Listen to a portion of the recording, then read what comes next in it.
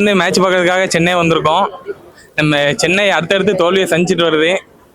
இன்னைக்கு மேட்ச்ல கண்டிப்பா கம்பேக் கொடுப்பாங்க. சென்னை கம்பேக் கொடுத்து கண்டிப்பா பிளே ஆஃப்க்கு அடுத்தடுத்து போவாங்க. பிளே ஆஃப் போய் சென்னை இந்த வருஷம் கப் அடிக்கும் நம்பிக்கை இருக்கு. யங்ஸ்டர்ஸ்க்கு வாய்ப்பு கொடுத்தா சென்னை நல்ல ஸ்ட்ராங்கான டீமா கண்டிப்பா வரும்.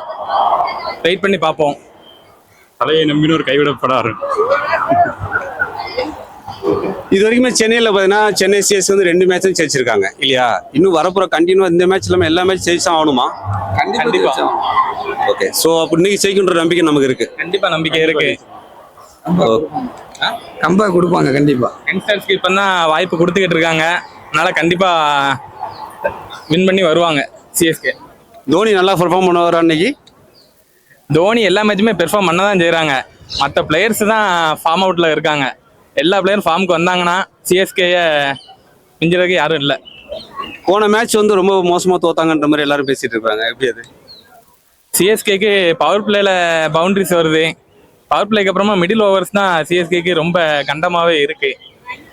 மிடில் ஓவர்ஸும் கொஞ்சம் பவுண்டரி எல்லாம் கரெக்டாக வந்துச்சுன்னா சிஎஸ்கே வின் பண்ணுறதுக்கு அதிக வாய்ப்பு இருக்கு. All the best. தேங்க்யூ.